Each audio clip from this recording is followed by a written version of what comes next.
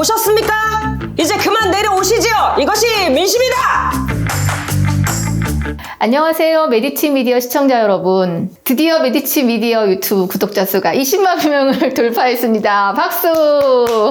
정말 감사하고요. 지난번에 20만을 딱 넘었던 프로가 강원국 선생님하고 조국혁신당의 강미정 대변인이 강남매 두 분이셨습니다. 연설비서관과 말하기, 현재 대변인. 너무 감사합니다. 20만 돌파 기념으로 해서 아마 조만간에 한 번 더 나오실 것 같은데, 자, 오늘 손님은요, 저랑 같이 30만의 포문을 열 분은 신혜선의 식탁은 처음 나오셨고, 조국혁신당 관계자분들은 네 번째고요. 국회의원으로는 세 번째이십니다. 안녕하세요. 네, 안녕하세요. 반갑습니다. 조국혁신당 국회의원 김재원입니다. 반갑습니다.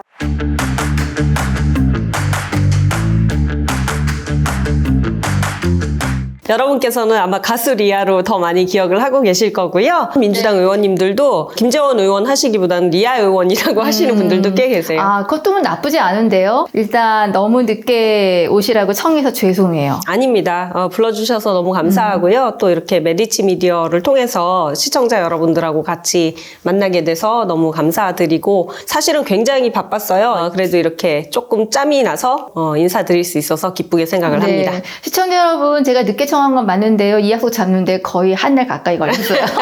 추선살이 한마디 어떠셨어요, 한 달? 그렇게 눈치를 주시거나 그런 의원님들은 잘 안 계세요. 그런데 저희가 이제 눈치를 보는 거죠. 네. 예, 그리고 일단 굉장히 많이 바쁩니다. 제가 제 주변에서도 그렇고, 저도 생각을 할 때 의원님들이 되게 널널하시게 일을 하는 게 아닌가? 이렇게 생각을 했었는데. 오해를 많이 하죠. 아이고, 일이 너무 많아서요. 저는 밤낮이 바뀌어 있는 사람이었잖아요, 평생을. 그쵸. 주로 저녁에 노래를 많이 하니까 저녁에 목이 쫙 풀려야 되기 때문에 오전에 일찍 일어나면 저녁 때 되면 피곤하니까 목소리가 가라앉습니다. 그래서 좀 남들보다는 좀 늦게 일어나는 편이고, 생활을 그렇게 시작을 해야 저녁 때 제일 쌩쌩한 컨디션을 유지를 할 수가 있는데, 이게 아침에 일어나는 걸로 생활을 바꾸다 보니까 사실상 새벽. 네, 새벽이죠. 새벽. 저희가 7시나 7시 반서부터 일정이 시작이 되는 날이 있어요. 그거보다 늦은 날은 그래도 6시 반까지는 잘 수 있고요. 그렇지 않은 날은 5시에도 일어나야 해요. 예, 그러니까 5시나 6시 반이면은 저는 사실은 원래는 아주 제일 꿈나라인 시간인데요. 네. 제일 꿀잠을 자고 렘 수면이 가장 가능한 시간이 5시, 6시 때였는데, 그런데 지금은 그 시간에 일어나야 하는 거죠. 그래서 초반에는 제가 바이오리듬이 많이 깨졌었어요. 지금 자리를 잡고 있음에도 불구하고, 제가 오죽하면 의원님들은 노동권이 아예 없다. 이렇게 말씀을 드렸겠습니까? 아침 7시 반부터 이제 일정을 시작을 하면은 보통 밤 10시나 10시 반에 끝나기 때문에 12시간을 훨씬 넘겨서 일을 하게 되는 거고요. 그 중간에는 물론 이동하는 시간도 있고 여러 가지 시간들이 있지만, 남는 시간이 거의 없어요. 그 남는 시간에는 또 막 밀려 들어오는 문서를 봐야 합니다. 인사말이라든지 또 이렇게 인터뷰할 거라든지 질문 내용도 파악을 해야 하고, 또 그 사이에 상임위가 이제 결정이 됐잖아요. 그래서 상임위 돌아가는 거를 이제 초선 의원이니까 완전히 병아리잖아요. 어떻게 하나 잘 보고, 또 다른 상임위에선 어떻게 하셨나, 또 그런 방송들도 나중에 동영상으로 보고, 그러다 보니까 도무지 시간이 나지를 않네요. 입법하려면 법안도 공부하셔야 돼요. 그렇죠. 그것도 하고 있었죠. 그래서 문서를 보면서 또 짧은 시간 내에 그런 문서에 들어있는 이 텍스트들이 제대로 된 것인지, 아니면 내가 의도한 것과 같은지, 또 공청회나 토론회를 통해서 이 필요하신 분들이 입법 내용을 전달을 한 거가 다 들어가 있는지, 이런 것들을 정말 짧은 시간 내에 파악을 해야 돼요. 정확하게. 아니면은 안 되죠. 저는 전달자 역할이니까. 예, 그래서 그런데 놀라운 사실은 그게 되더라는 거예요. 아하. 예, 그러니까 제가 신경을 쓰고 있는 거는 맞는 거죠. 이걸 얼레벌레 그냥 이렇게 그냥 넘기는 게 아니라 내가 신경 써서 보고 있구나라는 걸 요새 느끼고 있거든요. 그런 면에서는 힘들지만 잘했어. 저 밤에 자기 전에 저 스스로 잘했어 이러기도 하고요. 그래서 우리 한 달 초선살이를 혹시 한 문구로 정리하실 수 있으세요? 생고생. 네. 사서고생 정도로? 네. 생고생. 네. 지금 국회에서 한 걸음에 달려오셨거든요. 본회의가 국힘 합류하고 나서 처음 그렇죠. 열린 거죠. 네, 그게 그렇죠. 오늘 분위기 근데 아주 냉랭하지요. 어떤 상황입니까? 굉장히 냉랭하고 원래는 본회의가 2시부터 시작이 됐었어야 하고 네. 오늘이 이제 대정부 질문 첫날인데요. 근데 의장님이 방에서 계속 못 나오셨어요. 그래서 의장님이 일단 굉장히 늦게 나오실 수밖에 없었고 그 앞에는 이제 침묵 시위들을 이제 국힘 쪽에서 하고 계셨고 그래서 방에서 아예 못 나오시는 거예요. 드디어 방탈출을 하셔서 오셨는데 네. 국힘 의원들이 그때서부터 의총을 또 시작을 하셔서 또 회의를 개최를 못 하고 있다가 그쪽에 이제 추경호 대표하고 통화를 하셨다고 해요. 그래서 먼저 시작들 하셔라. 그래서 지금 본회의 안건만 처리를 하고 대정부 질문이 지금 막 시작해서 1번 주자가 박범계 의원이셨는데 또 박범계 의원이 말씀 잘하시잖아요. 시작하시는 것만 보고 그리고 저는 약속을 어길 수가 없으니까 얼른 왔죠. 네, 그래서 얼른 하고 가야죠. 또. 되는데 네, 잘해야 눈치 돼요. 보입니다. 네. 오늘 갈등? 키워드 핵심은 최혜병 사건의 특검 여부죠. 조국혁신당은 이미 발을 했고, 네. 윤석열 대통령 탄핵 청원이 네. 사실은 최혜병 사건 하나도 기가 막힌데 작년에 이태원 참사 관련된 이제 전 국회의장 발언 때문에 또 지금 난리가 나서 그렇죠.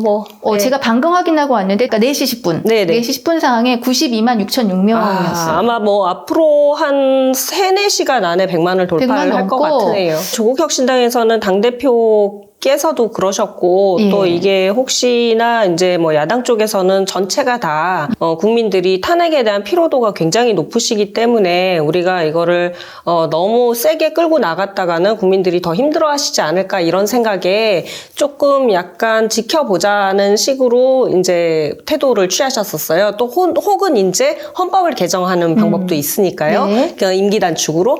그런데 지금 이제 국민들이 이렇게 나서셔서 하시는 걸 보고 지금 속으로는 다들 개개별로는 어떠한 생각들을 가지고 계실까라는 생각을 해요. 그래서 저는 개인적으로 말씀드리자면 피로도가 그렇게 높은데도 국민들께서 그렇게 원하시는 거라면은 우리가 맞춰드려야 되지 않을까. 저는 그렇게 생각을 해요.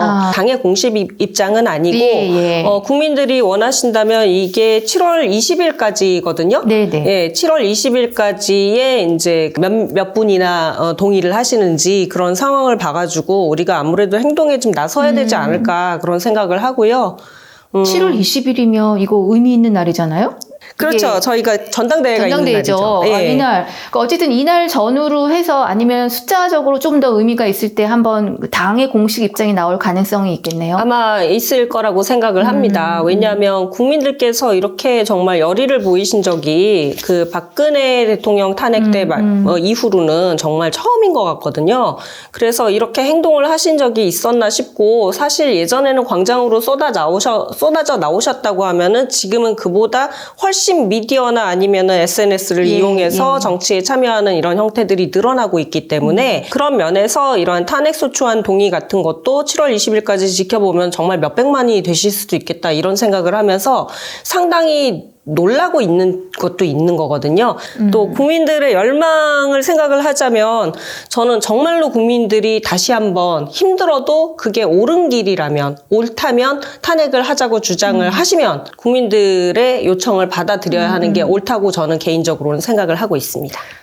윤석열 대통령 뭐가 문제라고 생각하세요? 제가 그냥 국민으로 생각을 했었을 때는 굉장히 불통 이미지. 내가 대통령이니까 내 맘대로 할 거야 라는 그런 이미지. 제가 이제 의원이 되고 나서도 며칠간 굉장히 힘들었었어요. 이 책임감 때문에. 예. 사실은 모든 문화예술인들의 눈이 저를 향하고 있고 또 모든 문화 기업이라든지 문화 산업의 모든 사람들이 제가 뭘 하나 보고 있을 거 아니에요. 그렇겠죠. 그러니까 저는 거기에 대해서 항상 균형적인 자세로 또 뭐 한쪽이 좋다 나쁘다 이런 표시를 할 수도 없고 균형적으로 발전이 될 수 있도록 그 사람들을 다 도와드려야지 맞는데 그래서 국민의 종복이다라는 얘기가 있죠. 근데 윤 대통령께서는 국민의 종복의 왕이잖아요. 제일 큰 종복인데 종복이라는 생각이 없으시고 오히려 그 자리에서의 권위에 취해 계신 게 아닌가. 대통령께서는 그냥 본인이 하고 싶으신 대로 스케줄을 만들어서 행동을 하시면서 해서 국정은 그냥 아랫사람들한테 맡겨두고 그러고 국정을 운영하다가 이렇게 사고가 터지고 그러면은 그분들도 보호를 하고자 이제 여러 가지 이제 문제를 일으킨다. 경로하고 전화하고. 네, 그래서 오히려 더 크게 문제를 키운다. 당에서는 1호 법안이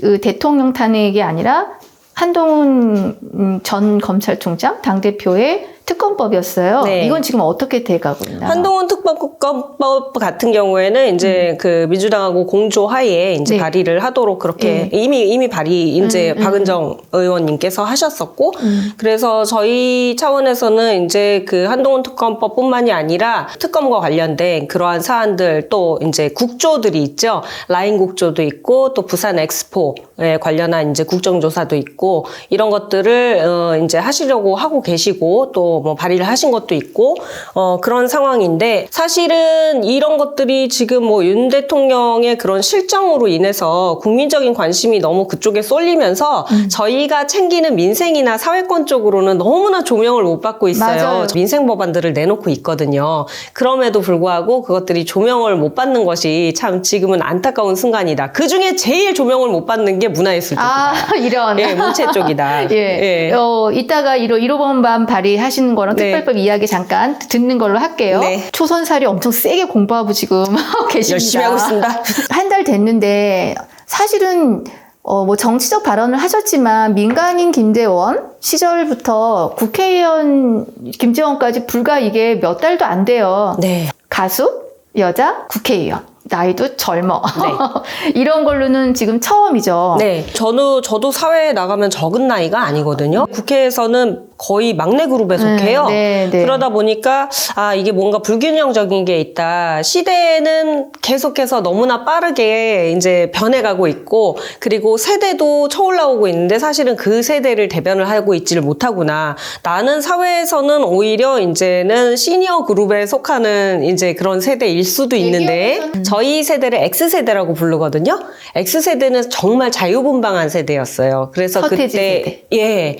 뭐 정말 음악도 다양한 장르의 음악들이 쏟아져 나오고 지금처럼 아이돌 음악이면 아이돌 음악 뭐 이렇게 뭐 트로트면 트로트 이렇게 나왔던 세대가 아니라 정말 다양한 분야의 이제 그런 아트들이 발전을 했죠.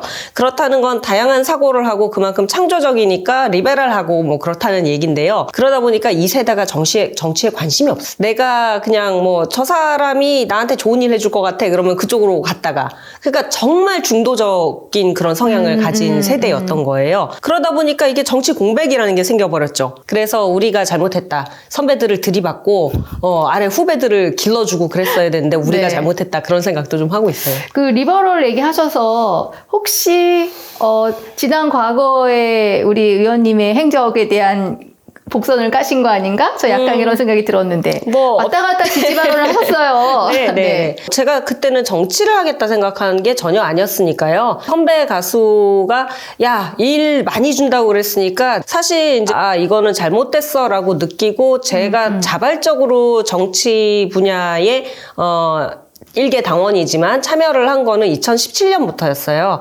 2016년에 블랙리스트 사건이 불거지면서 그 전에 했던 게 그래서 그 동영상에도 나와요. 문재인 TV에 올라가 있는데요. 그때 이제 제가 예전에 발언을 했었던 게 잘못했던 일이고 내가 그렇게 아무 생각 없이 지지를 함으로 인해서 나라가 이 꼴이 돼버렸다. 그래서 나는 지금부터는 야권을 지지를 하고 그러고 문재인 대통령 후보를 난 지지를 하겠다. 그러고 2017년부터는 민주당 당원으로 가입을 했죠. 그래서 여직 그러니까 활동을 지난 선거에서 네. 윤석열 대통령 쪽을 지지할 수도 있었는데, 그죠? 근데 이제 당신의 정치적 신조는 그렇게 가지 않는 걸로 굳어진 그렇죠. 거죠. 2017년부터는 저는 보수 네. 쪽을 지지를 안 해왔으니까요. 제가 잘했다는 얘기는 아닙니다만, 그러나 어떤 사람들한테 그렇게 모태 신앙이 아니라고 그래서 욕하진 말자. 조 대표님은 무슨 인연으로? 조 대표님은 여러 분한테 추천을 받으셨다고 그랬고요. 기획사랑 안 좋은 일이 생겨서 활동이 주춤하고 다시 일어서지 못하는 상황에서 제 주변 사람들 내지는 이제 팬들이 굉장히 용기를 많이 주시고 해서 그래 내가 다시 해보자 이렇게 생각을 했던 게 많거든요. 그러는 사이에 몇 년이 훌쩍 지나갔죠. 네. 그리고 저는 이미 이제 신인이 아닌 거예요. 나머지 시간들은 뭘 할까 생각을 했었을 때 노래로 사람들을 좀 즐겁게 해드렸다면은 이제는 남는 시간에는 좋은 활동으로 뭔가 좀 더 해야 되겠다 이런 생각을 했던 거죠.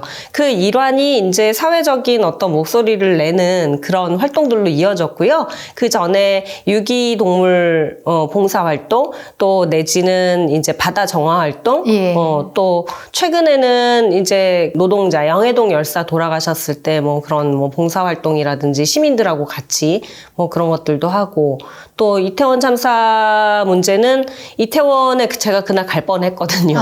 네, 그래서 그날 원래 후배가 연락이 오기로 돼 있었는데 연락을 안 줘서 그리고 예. 저희가 항상 만나는 장소가 있는데 그 후배 이제 아는 형이 그 골목에서 장사를 하고 계세요. 그래서 우리가 거기 꼭 들르는데 1년에 한 번인데 연락이 안 오더라고요. 그래서 바쁜가 보다 생각하고 오늘은 나가지 말고 집에 있어야지 했는데 얼마 안 지나서 몇 시간 안 지나서 사건이 터진 거예요. 밤새도록 뭐 TV와 뭐 유튜브를 통해서 날이 새도록 그 영상들을 제가 지켜봤고 네. 예, 그래서 뭘 할 게 없을까 생각을 하던 와중에 이제 슬금슬금 가서 이제 또 시민들하고 같이 이제 봉사를 하게 됐죠. 비례대표 그 투표할 때 굉장히 앞번호 7번 네. 그죠? 여성으로 치면은 네. 네 번째인 거예요? 세 번째? 세 번째죠. 세 번째인 네. 거잖아요. 예. 1357 네 번째네요. 네. 그래서 와 우리 김재원 의원 후보는 굉장하다. 정말 이게 팬들의 힘이 끈가 보다 했는데 네. 조 대표님 전화하셨을 때 저는 조 대표님을 한 번도 만난 적이 없었거든요. 네. 그래서 그냥 아무 생각 없이 버섯을 볶고 있다가 밤에 버섯. 내일 아침에 먹으려고. 네. 네. 모르는 전화번호로 밤 10시 넘어서 왔어요. 토요일 날 그것도. 그래서 이 전화를 받을까 말까 하다가 받았더니 안녕하세요. 조국입니다. 그러시더라고요. 근데 목소리를 딱 들으면 아니까. 네, 네. 그 월요일 날 당장 그날이 토요일 밤인데 월요일 날 전문가 입당을 시키려고 한다라고 얘기를 하셔서 월요일 날 10시까지 올 수 있겠냐고 얘기를 아니 하시더라고요. 하실래요 말래요가 물어보는 게 아니라 오실 수 있냐 없냐? 네, 그냥 정말 대뜸 월요일 날 전문가 입당을 시키려고 하는데 오실 수 있냐 오전 10시까지. 그래서 얼떨결에 네 그랬죠. 그리고 나서 고민이 시작이 됐죠. 입당을 하고 나니까는 전부 다 당에 계신 분들이 거의 모든 분들이 다 이제 서류를 내는 러쉬가 들어간 거죠. 그래서 나도 모르게 그냥 휩쓸려서 한 이틀 사흘 만에 서류 만들어서 내라고 그렇게 얘기를 하시니까 저도 정신없이 그렇게 서류를 그래? 그러고 이제 내게 됐는데 경선까지 정신없이 갔었고 경선 때도 저는 보통 지하 조직들이 다 있으시잖아요. 투표를 해주기 위한 다 연락하고 그래야 되는데 저희 어머니가 마침 응급실을 가셨어요. 그래서 응급실에서 닷새 계시고 그러고 나머지 이틀은 이제 동네 병원으로 이송해도 괜찮다 예. 하셔가지고 갑자기 호흡곤란 때문에 그러니까 감기가 오면서 이제 폐렴기가 생기셨는데 그렇죠. 예 원래도 폐활량이 좀 안 좋으셔서 그래서 응급실에서 닷새를 보내시는 중에 제가 그때 딱 그날 있었던 거예요. 응급실 안에서는 그렇게 전화를 할 수가 없죠. 예. 그럼 선거운동을 그냥 제 SNS로 뭐 많이 찍어주세요. 이거 올리고 그러고 아는 사람들한테는 문자 정도나 보내는 수준. 그러니까 제가 아는 사람들은 그렇게 해봐야 10,000명이 안 되기 때문에 네, SNS도 그렇고 다 합쳐도 10,000명이 한 7,000명 되려나요? 다 합치면? 그거밖에 안 되기 때문에 20몇만 중에서 여자 중에 4번째를 받았다는 거는 10,000명을 훨씬 상회하는 숫자를 받았을 가능성이 많거든요. 뭐가 어필했다고 보세요? 저는 그게 시대 정신이 좀 있지 않았나라고 생각을 해요. 저는 여자인데다가 가수. 여자에다가 가수라는 거는 여성을 아직까지도 우리가 많이 지금 이제 뭐 여성분들이 뭐 투쟁도 하고 또 남성분들도 인정하셔가지고 여권 신장을 위해서 많은 노력을 해오셨고 그래서 당마다 여성위원회도 있고 이런 거지만 그렇지만 그래도 여자가 뭐 이런 게 있어요. 아직까지 우리 사회에는. 없어요. 있죠. 네. 다른 하나는 뭐냐면은 우리나라는 유교적 사상 때문에 그런 건지 이 예술을 하시는 분들의 것들에 대해서 딴따라라고 생각을 하는 게 너무 많다는 거예요. 그래서 딴따라라 하면 이퀄 머리가 나쁠 것이다, 노는 거 좋아할 것이다, 술 좋아하고 뭐 이성관계 좋아하고 또 공부하는 거 싫어하고 뭐 이런 식으로 생각을 하시는 거예요. 근데 전 공부하는 거 좋아했거든요. 책 읽는 거 매우 좋아했고. 말하자면은 핀셋이 아니라 그동안에 뭐 핀셋 정치 뭐 이런 얘기도 네, 있었었는데 네. 마이크로 정치를 원한다. 네. 시민들이. 네. 문화는 정말 어렵고도 쉽고 우리 일상인 건데 정말 노답이에요, 노답. 맞습니다.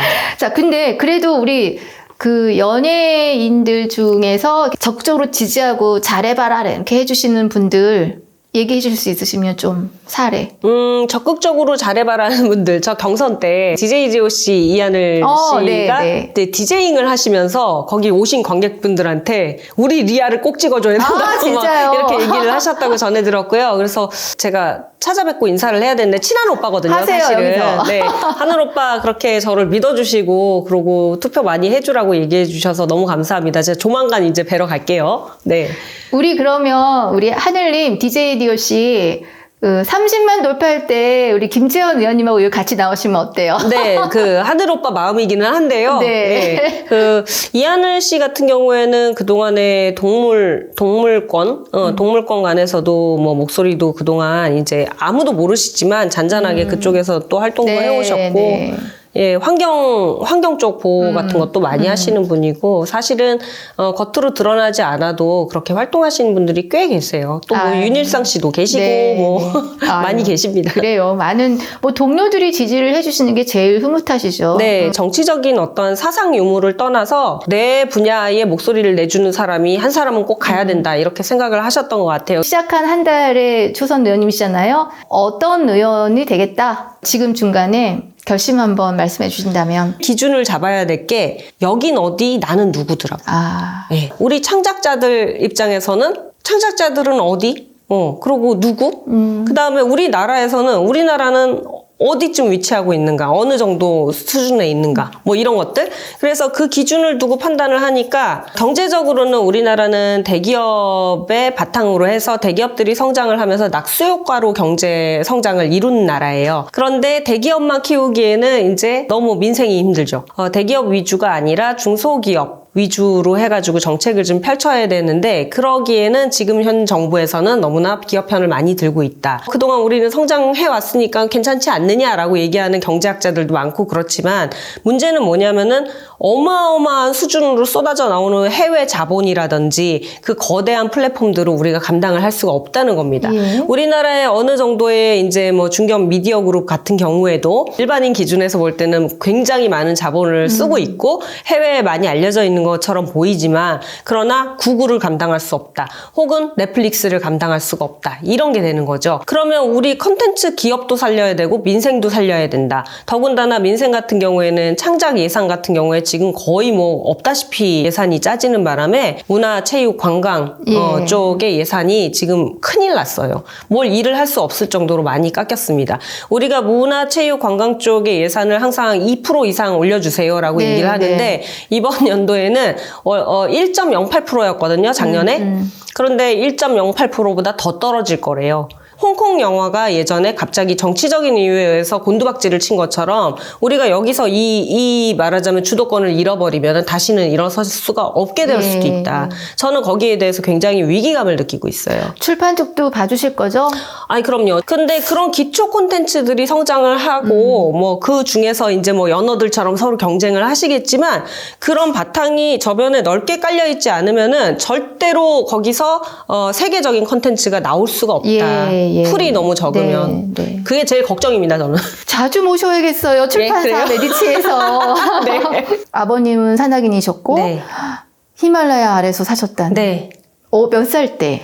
제가 5살에서 10살까지 살았고요. 사람이 성장하는데 정체성을 규정하고 그 사람이 발전하는데 되게 많은 영향을 미치는 굉장히 중요한 시기잖아요. 네. 굉장히 중요한 시기죠. 언어 감각도 발달하고. 그렇죠. 네. 어떠셨어요? 모든 게 이렇게 다 받아들여지는 그런 시기니까. 네팔이라는 나라에 5살에 가서 네. 80년부터 84년까지 살다 왔거든요. 네팔은 매우 못 사는 나라잖아요. 네, 지금보다 훨씬 못 사는 나라였어요. 네팔 지금 이제 한국 분들이 많이 가시지만. 예. 그런데 저희 갔었을 때는 진짜 아무것도 없고 수도 카트만두에 살면서도 우리나라 시골보다도 못한.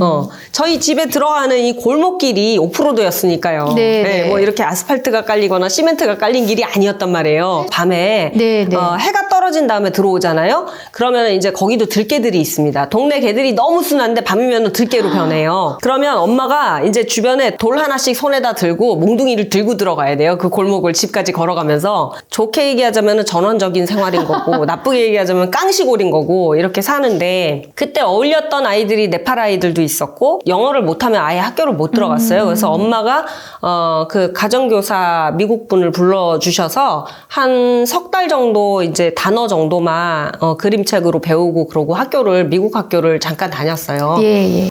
그런데 그 전에는 네팔 아이들하고 많이 어울렸죠. 근데 이게 문제가 있어요. 네팔 아이들하고 어울리기만 했다 그러면은 이가 없는 거예요. 아, 이런. 그래서 엄마가 찬빗으로 빗어서 또 빨래핀으로 머리 감기고 이렇게 여러분들 아마 잘 모르실 거야. 우리는 알죠. 예, 석회라고 하잖아요. 그 저기 이 알을. 그러면 엄마가 그 석회를 우두두두입니다. 예, 이렇게 우두두두. 변 나는 데서 이렇게 무릎팍에다 머리 이렇게 눕혀놓고 똑똑 소리를 아마 그거 모르시는 분들 많을 거예요. 그리고 막 이 젊은 분들은 뭐 그런 게 있어 그러고 우액하실지는 모르겠지만 하여튼 그걸 겪었는데, 그러다 보니까 그 정말 못 사는 사람들의 그런 애환 같은 것도 알게 되고, 저는 그래도 외국 사람으로 사니까 우리 집에 또 이제 산악인들이 그 시즌마다 원정대가 이제 묵고 가시는 그런 곳이었고, 아버지가 산악인이시니까 거기서는 크게 부족함을 느끼고는 못 살았지만 저희 집에 이제 와가지고 저희 할아버지가,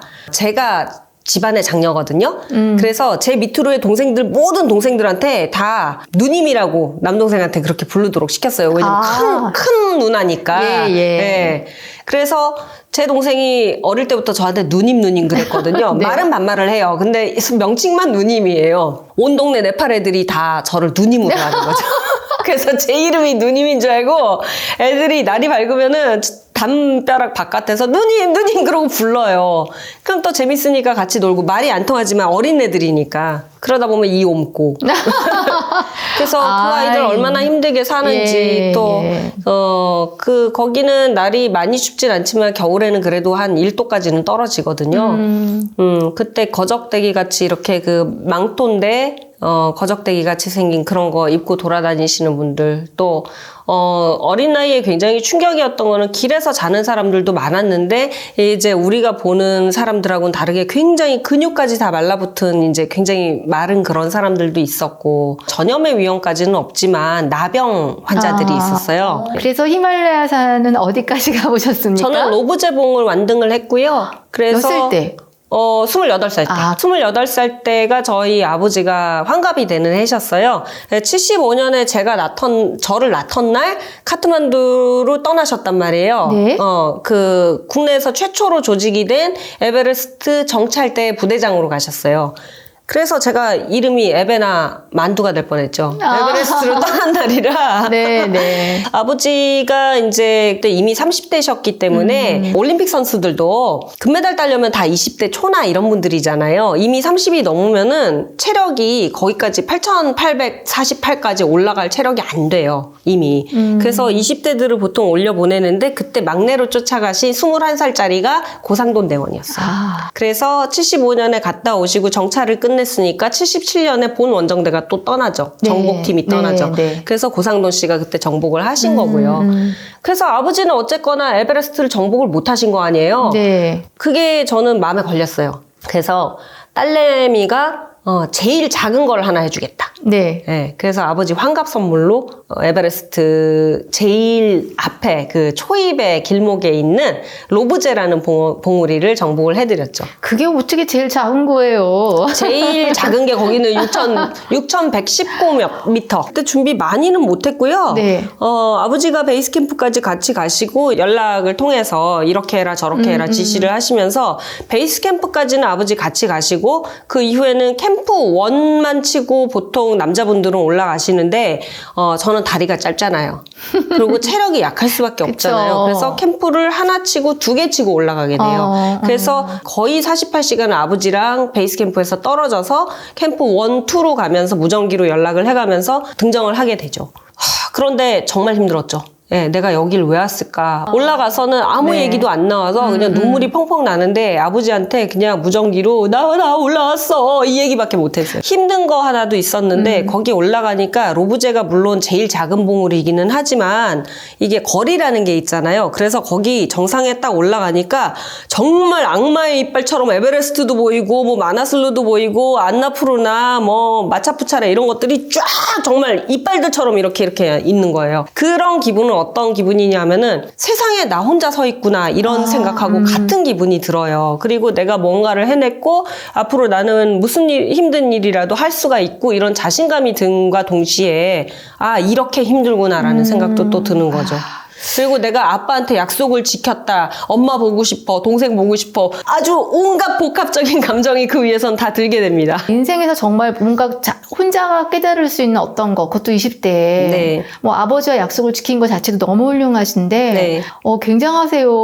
고산은 굉장히 천천히 올라가셔야 되는 거예요. 고산병이 오는 이유가 뭐냐면은 몸에서 위로 올라갈수록 기압이 옅어지면서 산소 알갱이들이 부족해지잖아요. 그러면 그것들을 우리 몸속에서는 산소를 붙잡기 위해서 몸에 전달하기 위해서 헤모글로빈이라는 피 속에 이제 그 산소를 색소들이 운반하는? 이제 예. 걔네들이 산소하고 결합해서 이제 몸속으로 돌게 되죠. 그런데 우리 헤모글로빈 수는 지금 지상에 1기압에 맞춰져 있단 말이에요. 근데 기압이 점점 옅어져. 그러면 산소를 붙잡을 수 있는 헤모글로빈이 많이 늘어나면 되겠죠. 그걸 골수에서 생산할 수 있는 시간을 주셔야 됩니다, 몸에. 그래서 그걸 시간을 오래 두고 가시면은 안 힘들어요. 네. 엊그저께 이혜민 의원님 링겔 이렇게 맡고 있는 거 네. 페북에 제가 사진 보고 네. 아, 드디어 올 것이 왔다. 네. 괜찮으십니까? 저는 아예 초반에 맞았고요. 저희 유세할 때 너무 힘들어가지고, 그때 제가 한번 맞았었고, 그때는 이제 뭐 스케줄들이 각자 다 다르니까, 저는 이제 몰래 맞았었고, 저희 간호사 선생님 한 분께서 이제 제 혈관을 잘못 건드려가지고, 그래서 거긴 터져가지고 다른 혈관에 맞는 바람에 멍이 많이 들었었어요. 그랬었는데, 요즘은 저는 오히려 좀 적응해가고 있는 과정이라서, 네. 물론 식곤증에 이제 못 견딜 때가 많지만, 네. 예, 그러나 적응을 하고 있고 사실 지난 토요일 날 박은정 의원님이 또 저희 의원 워크숍 있는 날이었는데 그날 링겔 맞으러 또 가셨었죠. 조 대표님은 당내 주치의가 있다고 큰 소리를 치셨다는데 말입니다. 네. 사전 예방도 되고 사후 조 조치도 대표님은 된다고. 건강검진 얼마 전에 받으셨습니다. 네, 저희는 건강검진 받을 시간 없거든요. 조 대표님 건강검진 받을 시간 좀 주십시오. 우리 의원님들. 받을 시간을 좀 주십시오. 근데 그 대표님이 허락한다고 되는 건 아닌 것 같아요. 조국 대표님에게 불만스러운 점은 빨리 가시는 거. 그리고 제가 그것도 방에서 막내인데 네. 대표님을 눈을 똑바로 보고 대표님 건의할 게 있습니다. 그래는 뭐냐고 제발 좀 천천히 걸어주십시오 그랬거든요. 얘기를 들으시고는 아이고 미안합니다 얘기를 하시더라고요. 다음부터는 꼭 안 그러겠습니다 하셨는데 3번을 약속을 어기셨어요. 그 다음부터는 신경 안 쓰시고 그냥 가세요. 그래서 조만간에 제가 한번 이제 또 반란을 한번 일으키려고 생각을 하고 있고요. 우리는 어떤 때는 밥도 걸르고 저는 기본적으로 의원실 그 냉장고에다가 냉동 도시락을 사놨어요. 전자레인지에 3분만 데우면 먹을 수 네, 있게 네. 왜 콩도 들어있고 뭐 이런 거 있잖아요. 브로콜리도 있고 이런 거. 그래서 냉동실에 그걸 한 12개 사놓고 그걸 먹는데 맨날 보면은 페북에다가 맛있는 음식 사진을 올리셔. 짜증나게. 예, 우리는 먹지를 못하는데 좀 사주시던가. 성큼성큼 걸어가서 후루룩 먹고 오시나 봐요. 그니까요.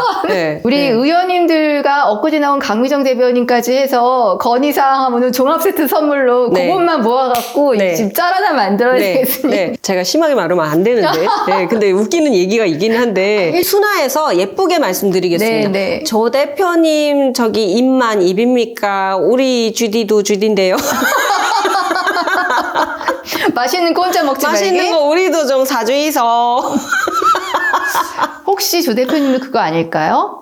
왜 있잖아요. 우리 회사 대표님도 밥 먹었어요, 여러분. 이렇게 말하기가 너무 미안해서. 네. 다 각자 자기 시간을 즐기고, 네. 점심시간에 쉬고 싶기도 하고, 뭐 간단히 먹고 어쩌려고 하는데, 네. 고참에 밥 먹자고 하면 요즘 싫어하거든요. 혹시 대표님 그거 눈치 보시는 거 아닐까요? 그건 아닌 것 같아요. 왜냐하면은 그 맛있는 음식을 그러면 SNS에 올리지 말으셔야죠. 왜 그거를 계속 올리시면서 우리가 먹고 싶게 만드시는 거예요? 아, 못 살겠다. 아우, 더워. 오늘 대성공이 대성공.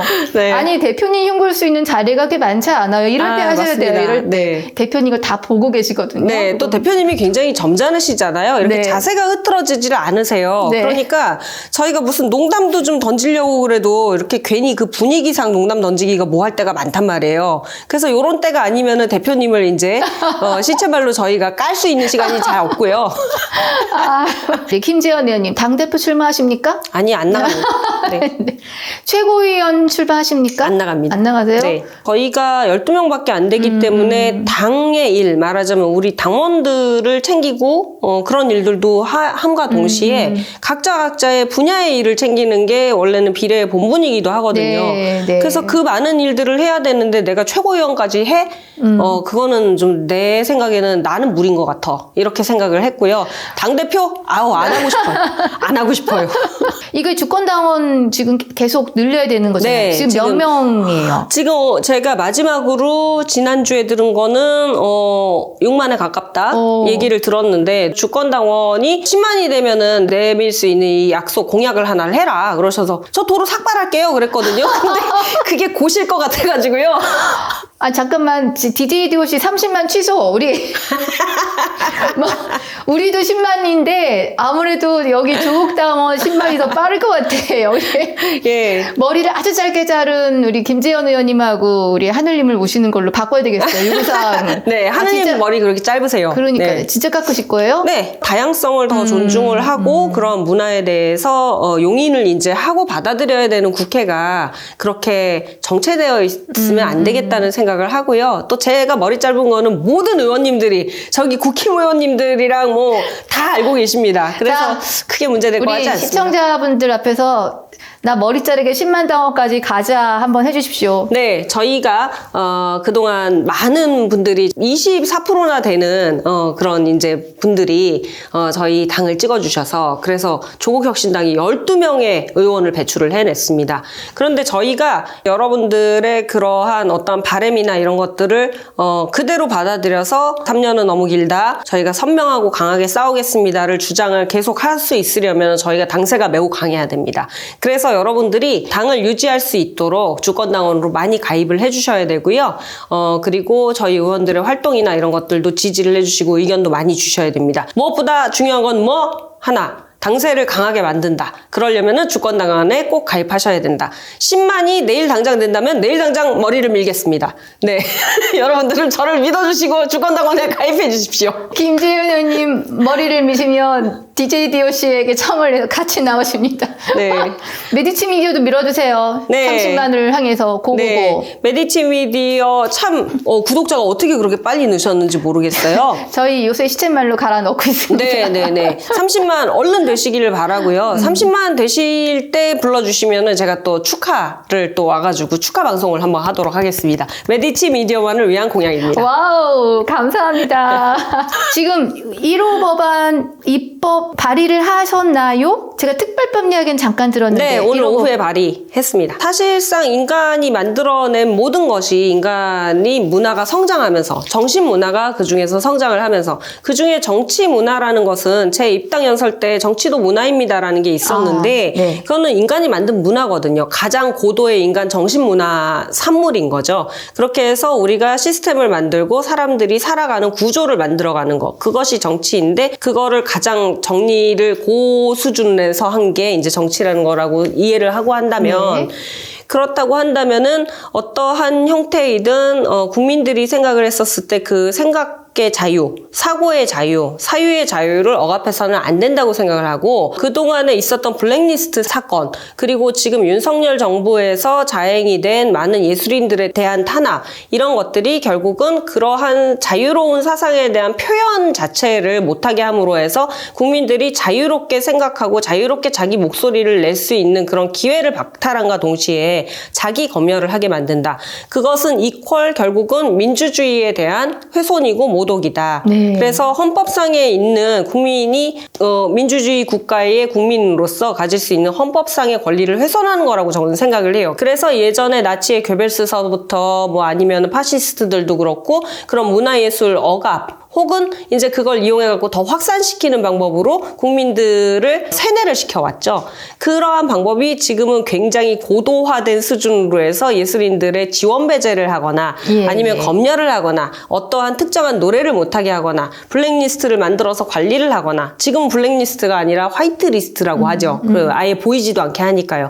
이런 방법을 통해서 예술인들을 억압하는 거는 결국은 국민들의 민주주의에 대한 권리를 억압하는 것이다 라고 생각을 해서 예. 블랙리스트 법을 만들기로 했는데 법제실의 이제 말씀이 과거에 대한 건 과거끼리 정리를 해야 된다. 왜냐하면은 지금 이제 미래를 위한 거는 예술인 권리 보장법이 있으므로 이렇게 얘기를 하셔서 일단 예술인 권리 보장법 내에서 일부 개정안을 먼저 내놓고 패키지처럼 그 뒤에 이제 재정으로 가야 하는 블랙리스트 관련 이제 특별법. 예, 아직 명칭이 가칭이긴 합니다. 예, 예. 네, 그거를 지금 이제 또 들여다보고 있습니다. 그래서 예술인 권리 보장법은 일부 개정안을 오늘 발의를 했고요. 네. 재정법 같은 경우에는 중순 지나서 이제 또 발의를 할 예정이거든요. 많은 의원님들께서 찬성을 해주고 계세요, 지금. 문화예술인의 창작 활동에 대해 국가의 검열과 배제, 차별을 방지하는 특별법. 네. 이 내용을 준비하신다는 거죠. 네네. 그러니까 새가 있고 네발짐승이 있고 물고기가 있다고 해보세요. 근데 새한테 새를 혼내는 걸 만들어라고 하면은 새가 새인데 새를 봐주지. 그러면 새를 혼낼까요? 그래서 새는 물고기가 혼내는 걸로 이렇게 해야 되는데 예, 이게 지금은 공무원이 하게 돼 있음으로 해서 네. 새가 새를 이제 심판을 해야 되는 경우가 오기 때문에 그래서 새는 물고기가 네. 판단하도록 그렇게 하려고 합니다. 알겠습니다. 1988년 3월달, 네. 3월 초부터 이제 살았고요. 네. 중간에 그래서. 제가 이제 예술인 플랫폼 좀 만들어 본다고 그 익산 전주에 가서 한 2년, 한 7개월 정도 살고 올라오긴 했지만, 그래도 본가는 계속해서 은평구에 있었죠. 4년 후에 지역구 출마 도전하셔야지요.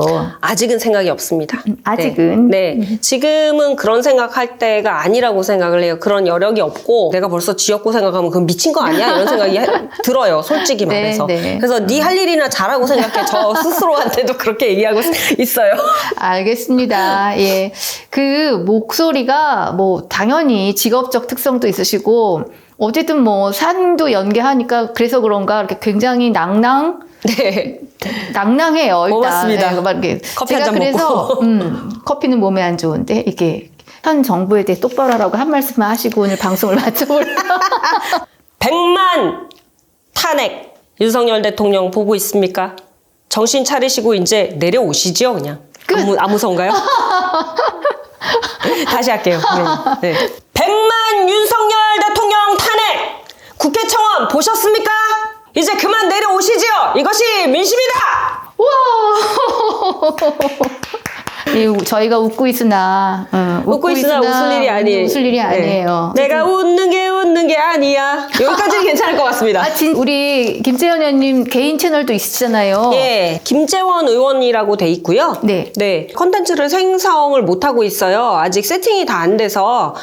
그런데 예전에 하던 요리 방송을 다시 살려서 정치인들을 한 분씩 모시고 할 예정으로 있고요. 그래서 주변에 그 공유주방이나 쿠킹 스튜디오를 선택을 어디를 해야 되나 계획을 좀 세워야 되고, 제가 그거를 하려고 한다고 요리 방송인데 요리를 많이는 못하고 간단한 요리 할 것 같아요. 그랬음에도 불구하고 조국 대표님이 예약을 하셨어요. 나 1번. 아직 시작도 안 해놓고. 네, 나 1번 하시겠다 그러셨어요. 맛있는 것도 안 사주면서. 네, 맛있는 것도 안 사주면서 맛있는 건 의도 드시려고 그래. 네, 그래서 조국 대표님이 1번으로 지금 예약을 걸어 놓으셨기 때문에 제가 가장 간단하게 하면서 맛있는 걸 할 수 있는 게 뭘까를 생각을 해보고, 뭐 저희 당 의원님들 뿐만이 아니라 다양한 이제 그 정치인들 뿐만 아니라 시민들도 만나 뵙고 또 메디치 미디어도 만나 뵙고 각계각측의 이제 그 인사들을 다 만나 뵙게 되면서 아마 롱런하는 그런 프로그램으로 자리를 잡지 않을까 생각을 합니다. 네, 많은 기대를 부탁드리고요. 시청자 여러분, 제가 늦게 모셔서 더 많은 이야기를 해주신 것 같아요. 네. 너무 감사하고요. 조만간에 다시 만나는 게 맞는 거죠. 네. 조만간에 네, 다시 그렇습니다. 만난다는 거는 주권당원이 10만 원을 넘는다는 뜻이니까. 그렇죠. 네, 네. 빨리 만나기를 학수고대하겠습니다. 네, 여러분들 이렇게 또 메디치 미디어 통해서 뵙게 돼서 너무너무 감사합니다. 앞으로 열심히 일하는 거 잘 지켜봐 주시고, 네, 정말 최선을 다하고 있습니다. 그러니까 김재원 믿어주시고요. 후원도 많이 해주시기 바랍니다. 감사합니다. 여기서 마치겠습니다. 감사합니다. 무엇보다 중요한 건 뭐? 하나. 당세를 강하게 만든다. 그러려면은 주권당원에 꼭 가입하셔야 된다. 10만이 내일 당장 된다면 내일 당장 머리를 밀겠습니다. 네. 여러분들은 저를 믿어주시고 주권당원에 가입해 주십시오.